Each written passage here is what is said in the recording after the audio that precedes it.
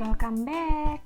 Nah, jadi video kali ini dibuat dalam rangka memenuhi tugas mata kuliah kalkulus lanjut dan pastinya kita akan membahas hal-hal menarik seputar matematika.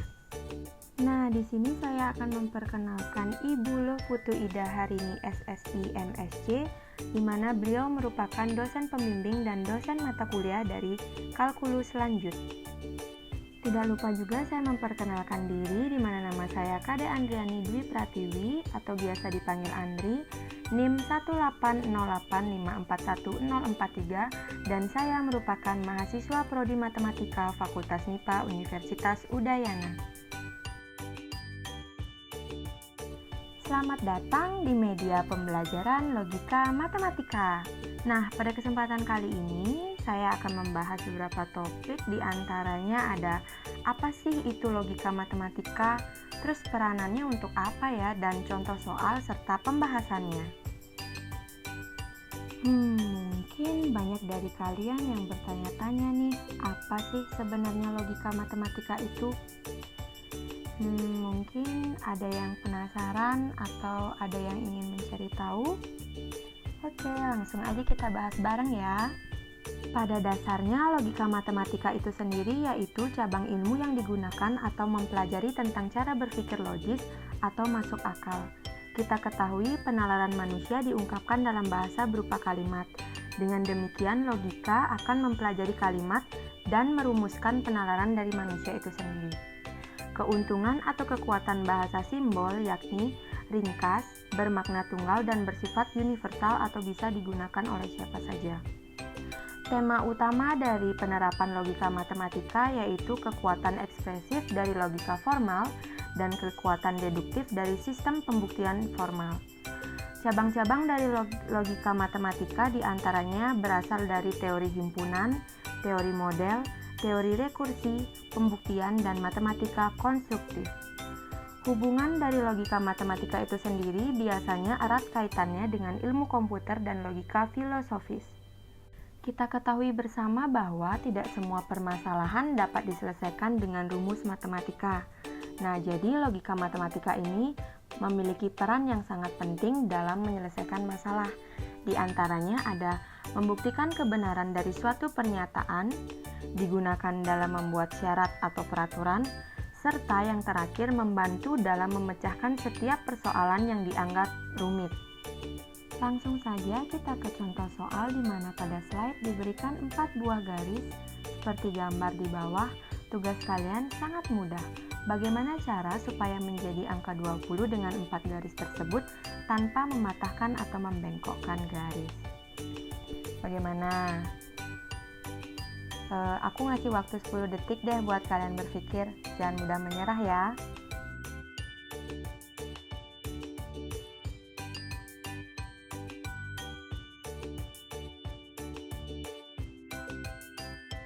Nah, gimana nih? Udah 10 detik? Udah ada kebayang belum? Kok terdengar suara-suara yang bilang, "Kak, kok susah sih?" Hah? Emang bisa ya? Paling cuma soal tebakan atau jebakan. Tapi seriusan deh, sebenarnya ini tuh ada jawabannya kalau kalian mau berpikir secara logika. Oke, kalau gitu langsung kita bahas bareng aja ya. Nah, pada permasalahan soal seperti ini, kita tidak boleh berpaku hanya pada saat kita diberikan soal dan permasalahan. Seperti soal tadi, kita dihadapkan dengan 4 buah garis dan diminta menjadikan angka 20. Nah, apa sih sebenarnya yang harus kita lakukan terlebih dahulu? Hal pertama yang harus kamu perhatikan yaitu lihat 4 buah garis yang tersedia, di mana agar menjadi nilai 20, langkah awal, ambil 1 buah garis lalu bentuk huruf X dengan garis lainnya. Kemudian, lakukan langkah yang sama untuk membentuk 2X. Nah, dari 2X tersebut, kita dapat melihat bahwa XX merupakan angka Romawi dari 20. Soal selanjutnya, kita diberikan 3 buah diagram lingkaran yang masing-masing sudah berisi angka, dan permasalahan yang muncul adalah berapakah angka yang harus diisi dari lingkaran terakhir?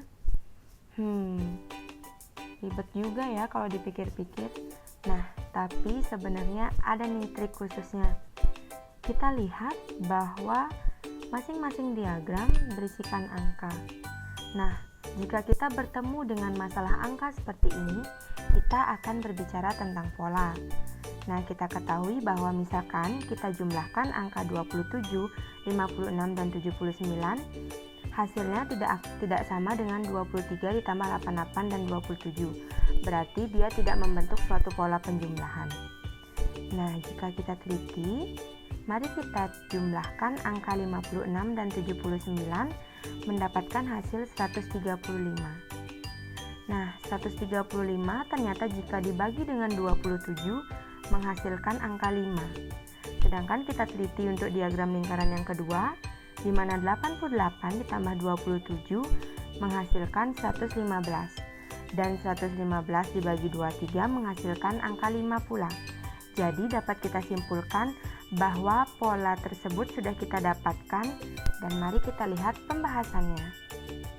Nah, setelah kita menemukan pola seperti penjelasan sebelumnya, di mana kita akan mengalihkan 27, 23, dan 16 dengan 5 sehingga kita mendapatkan hasil seperti pada layar, di mana 27 dikali 5 sama dengan 56 ditambah 79, sedangkan 23 dikali 5 itu sama hasilnya dengan 88 ditambah 27, dan 16 dikali 5 itu sama dengan hasilnya 56 ditambah berapa? Nah, jadi 16 dikali 5 itu adalah 80, dan 80 dikurang 56 adalah 24. Nah, jadi untuk diagram lingkaran yang terakhir akan mendapatkan nilai 24, sehingga pola yang terbentuk sudah sama. Nah, sampai di sana bagaimana? Seru bukan?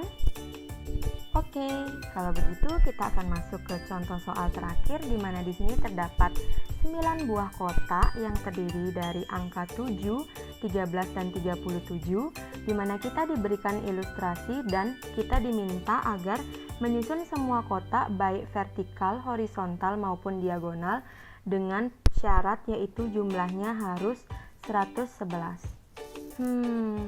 Kalau dilihat-lihat pusing juga ya. Tapi dengan logika matematika kita akan mendapatkan jawabannya. Nah, pembahasannya seperti ini teman-teman. Kita dapat berfokus pada satu baris kotak terlebih dahulu, di mana terdapat angka 13 dan 37, di mana 13 ditambah 37 menghasilkan 50. Kita tinggal mengurangkan saja, 111 dikurang 50 mendapatkan hasil 61. Berarti di kotak yang ketiga kita akan menuliskan 61 seperti pada gambar di bawahnya. Nah, selanjutnya kita berfokus pada kotak ke bawah yang berisi angka 7, 61, di mana 7 ditambah 61 dan dikurang 111 mendapatkan hasil 43. Nah, berarti kita sudah mendapatkan satu garis kotak penuh ke samping dan satu garis kotak penuh ke bawah dengan hasil 111. Selanjutnya kita akan berfokus pada diagonal ke atas dan diagonal ke bawah, di mana diagonal yang pertama terdiri dari angka 37 dan 43, di mana 111 dikurang 37 dikurang 43 mendapatkan hasil 31, sehingga di pojok kiri atas kita mendapatkan hasil 31, dan pada gambar selanjutnya kita berfokus pada diagonal ke bawah yang berisikan angka 7 dan 37, di mana 111 dikurang 7 dan dikurang 37 menghasilkan 67. Nah, sejauh ini kita sudah mendapatkan diagonal kanan dan kiri membentuk suatu pola yang menghasilkan angka 111. Nah, langkah terakhir yang dapat kita lihat yaitu kita dapat memperhatikan barisan kotak di atas dan barisan kotak di bawah, di mana 111 dikurang 31 dikurang 7 menghasilkan nilai 73, sedangkan 111 dikurang 67 dikurang 43 menghasilkan nilai 1, sehingga semua kotak sudah terpenuhi dengan angka, dan jika dijumlahkan hasilnya semuanya 111. Nah, dari sekian pembahasan video tadi bagaimana? Menyenangkan bukan jika belajar menggunakan logika? Nah, sampai di sini dulu ya kawan-kawan terkait pembelajaran menggunakan logika matematika. Oh iya, jangan lupa untuk like, comment, and subscribe. Terima kasih, sampai berjumpa di lain kesempatan.